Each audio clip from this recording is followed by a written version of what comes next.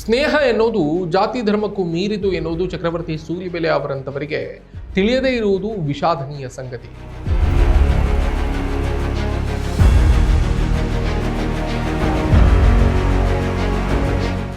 ಹಿಂದೂ ಹೆಣ್ಣು ಮಕ್ಕಳು ಮುಸ್ಲಿಂ ಹೆಣ್ಣು ಮಕ್ಕಳ ಜೊತೆ ಸ್ನೇಹ ಮಾಡಬಾರ್ದು, ಅದು ಅಪಾಯಕಾರಿ ಅಂತ ಸೂಲಿಬೆಲೆ ಹೇಳಿರೋದು ಈಗ ಭಾರೀ ಚರ್ಚೆಗೆ ಕಾರಣ ಆಗಿದೆ.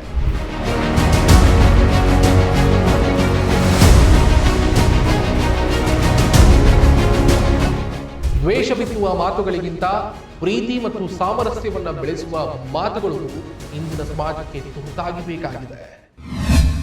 ನಮಸ್ಕಾರ, ಈ ದಿನ .comಗೆ ಸ್ವಾಗತ. ನಾನು ಶ್ರೀರಾಜ್ ಉಪ್ಪಾಡಿ.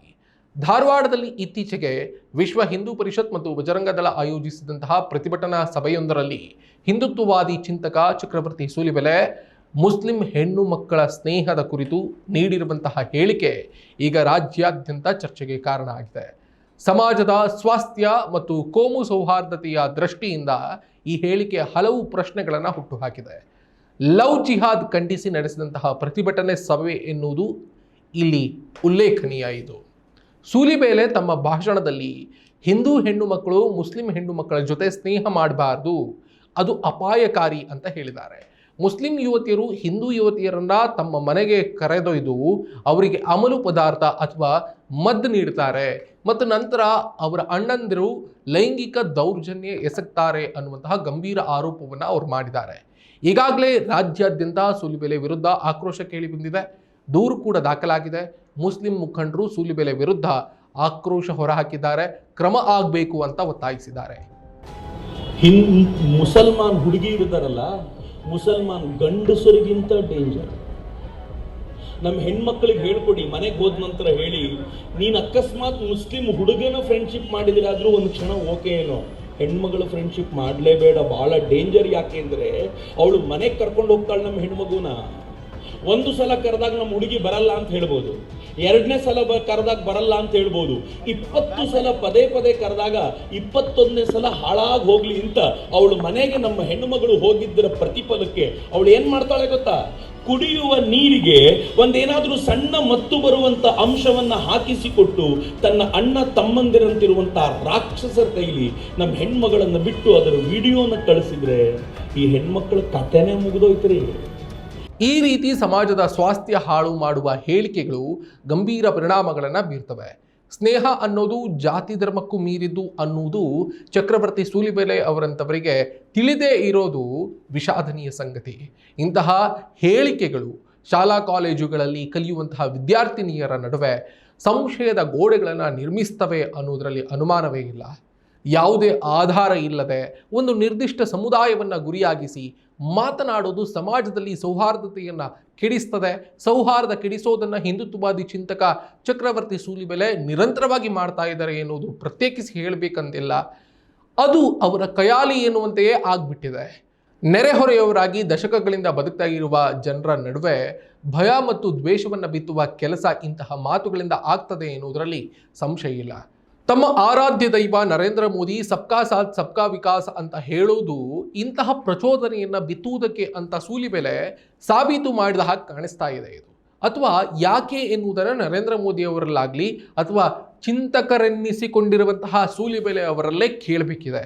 ದನವನ್ನು ಕೊಂದು ತಿನ್ನುವ, ಮೂರ್ತಿ ಪೂಜೆಯನ್ನು ವಿರೋಧಿಸುವ ಇಸ್ರೇಲನ್ನು ನರೇಂದ್ರ ಮೋದಿ ಫಾದರ್ಲ್ಯಾಂಡ್ ಅಂದಿದ್ದು, ಇಸ್ರೇಲ್ನ ಪ್ರಧಾನಿ ಬೆಂಜಮಿನ್ ನೆತನ್ಯಾಹು ಅವರನ್ನು ಬಲವಂತವೆಂಬಂತೆ ನರೇಂದ್ರ ಮೋದಿ ಬಾಚಿ ತಪ್ಪಿಕೊಂಡಿದ್ದು ಚಕ್ರವರ್ತಿ ಸೂಲಿಬೆಲೆ ಅವರ ಪ್ರಕಾರ ಸರಿಯೇ? ಹಾಗಾದರೆ ನರೇಂದ್ರ ಮೋದಿ ಸರ್ಕಾರ ಅಫ್ಘಾನಿಸ್ತಾನದ ತಾಲಿಬಾನ್ ಸರ್ಕಾರಕ್ಕೆ ಅಕ್ಟೋಬರ್ 2025ರಲ್ಲಿ 20 ಆಧುನಿಕ ಆಂಬ್ಯುಲೆನ್ಸ್ಗಳನ್ನು ಹಸ್ತಾಂತರಿಸಿದ್ದು ಸರಿಯೇ? ಅಲ್ಪಸಂಖ್ಯಾತ ಸಮುದಾಯದ ಹೆಣ್ಣು ಮಕ್ಕಳು ಪದವಿ ಮುಗಿಸಿ ಮದುವೆ ಆದಾಗ ಅವರಿಗೆ ಇದೇ ನರೇಂದ್ರ ಮೋದಿ ನೇತೃತ್ವದ ಸರ್ಕಾರ ಆರಂಭಿಸಿದಂತಹ ಆರ್ಥಿಕ ನೆರವು ನೀಡುವಂತಹ ಪ್ರಧಾನ ಮಂತ್ರಿ ಶಾದಿ ಶಗುನ್ ಯೋಜನೆಯ ಬಗ್ಗೆ ಮಹಾನ್ ಚಿಂತಕ ಅಂತ ಕರೆಸಿಕೊಳ್ಳುವಂತಹ ಸೂಲಿಬೆಲೆ ಅವರಿಗೆ ಅರಿವೇ ಇಲ್ವೇ? ಹಾಗಾದರೆ ಮಹಾನ್ ಚಿಂತಕರು ಅಂತ ಕರೆಸಿಕೊಳ್ಳುವಂತಹ ಚಕ್ರವರ್ತಿ ಸೂಲಿಬೆಲೆ ಅವರು ಇದಕ್ಕೆಲ್ಲ ಏನಂತಾರೆ? ಮೋದಿ ಮಾಡಿದ್ದೆಲ್ಲವೂ ಸರಿ, ಆದರೆ ಒಬ್ಬ ಹಿಂದೂ ಧರ್ಮದ ಯುವತಿ ಇಸ್ಲಾಂ ಧರ್ಮಕ್ಕೆ ಸೇರಿದಂತಹ ಯುವತಿಯೊಂದಿಗೆ ಸಾಮಾಜಿಕವಾಗಿ ಸಹಜವೆಂಬಂತೆ ಸ್ನೇಹ ಬೆಳೆಸಿಕೊಂಡ್ರೆ ಮಾತ್ರ ಅದು ತಪ್ಪಾ? ಒಂದು ಸ್ನೇಹ ಸಂಬಂಧವನ್ನು ಅನುಮಾನಿಸಿ ಇಷ್ಟು ಕೀಳಾಗಿ ನೋಡುವ ಮತ್ತು ಅದನ್ನು ಬೆಂಬಲಿಸುವ ಮನಸ್ಥಿತಿಯವರು ನಮ್ಮ ನಡುವೆ ಇದ್ದಾರೆ ಎನ್ನುವುದೇ ಆತಂಕಕಾರಿ ವಿಷಯ. ಈಗ ನೀವೇ ಹೇಳಿ, ಡೇಂಜರ್ ಸೂಲಿಬೆಲೆನಾ ಅಥವಾ ಯಾರಂತ? ಅಪರಾಧಕ್ಕೆ ಯಾವುದೇ ಧರ್ಮ ಇರೋದಿಲ್ಲ. ಒಂದು ವೇಳೆ ಎಲ್ಲಾದರೂ ಅಹಿತಕರ ಘಟನೆ ನಡೆದಿದ್ರೆ ಅದನ್ನು ಕಾನೂನಾತ್ಮಕವಾಗಿ ಎದುರಿಸಬೇಕೇ ಹೊರತು ಇಡೀ ಸಮುದಾಯವನ್ನೇ ಅಪರಾಧಿ ಸ್ಥಾನದಲ್ಲಿ ನಿಲ್ಲಿಸೋದು ಸರಿಯಾದ ಕ್ರಮ ಅಲ್ಲ. ಮುಕ್ತವಾಗಿ ಮಾತನಾಡುವ ಹಕ್ಕು, ಅದನ್ನು ಫ್ರೀಡಮ್ ಆಫ್ ಸ್ಪೀಚ್ ಅಂತ ಕರಿತೇವೆ, ಅದು ಪ್ರತಿಯೊಬ್ಬರಿಗೂ ಕೂಡ ಇದೆ. ಆದರೆ ಅದು ಮತ್ತೊಬ್ಬರ ಧಾರ್ಮಿಕ ಹಕ್ಕನ್ನು ಅಥವಾ ಸಮಾಜದ ಶಾಂತಿಯನ್ನು ಕದಡುವಂತಾಗಿರಬಾರದು.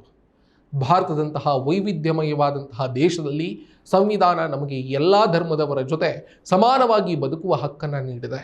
ಹಿಂದೂ ಮುಸ್ಲಿಂ ಬಾಂಧವ್ಯ ಕೂಡ ದೇಶದ ಪ್ರಗತಿಗೆ ಪೂರಕ ಆಗಿದೆ ಎನ್ನುವುದನ್ನು ಸೂಲಿಬೆಲೆಯಂತಹ ಚಿಂತಕರಿಗೆ ಅರ್ಥ ಆಗುವುದು ಯಾವಾಗ? ಹಾಗಾದರೆ ಸಾರ್ವಜನಿಕ ಜೀವನದಲ್ಲಿ ಇರುವಂತಹ ವ್ಯಕ್ತಿಗಳು ಮಾತನಾಡುವಾಗ ಜವಾಬ್ದಾರಿಯಿಂದ ವರ್ತಿಸೋದು ಅಗತ್ಯ. ದ್ವೇಷ ಬಿತ್ತುವ ಮಾತುಗಳಿಗಿಂತ ಪ್ರೀತಿ ಮತ್ತು ಸಾಮರಸ್ಯವನ್ನು ಬೆಳೆಸುವ ಮಾತುಗಳು ಇಂದಿನ ಸಮಾಜಕ್ಕೆ ತುರ್ತಾಗಿ ಬೇಕಾಗಿವೆ. ಯುವ ಜನತೆ ಇಂತಹ ಪ್ರಚೋದನಕಾರಿ ಹೇಳಿಕೆಗಳಿಗೆ ಬಲಿಯಾಗದೆ ವಿವೇಚನೆಯಿಂದ ವಾಸ್ತವವನ್ನು ಅರ್ಥ ಮಾಡಿಕೊಳ್ಳಬೇಕಾಗಿರುವಂತಹ ತುರ್ತಿರೋದಂತೂ ಸತ್ಯ. ಇದಿಷ್ಟು ಈ ಹೊತ್ತಿನ ವಿಶೇಷ. ಮತ್ತಷ್ಟು ಸುದ್ದಿ ಮತ್ತು ಮಾಹಿತಿಗಾಗಿ ನೋಡ್ತಾ ಇರಿ ಈ ದಿನ.com. ನಮಸ್ಕಾರ. ಮತ್ತಷ್ಟು ವಿಶೇಷ ವಿಡಿಯೋಗಳನ್ನು ನೋಡಲು ಮತ್ತು ಹೊಸ ವಿಡಿಯೋಗಳ ಬಗ್ಗೆ ತಿಳಿಯಲು ಈ ದಿನ.com ಯೂಟ್ಯೂಬ್ ಚಾನೆಲ್ ಸಬ್ಸ್ಕ್ರೈಬ್ ಮಾಡಿ ಮತ್ತು ಬೆಲ್ ಐಕಾನ್ ಕ್ಲಿಕ್ ಮಾಡಿ.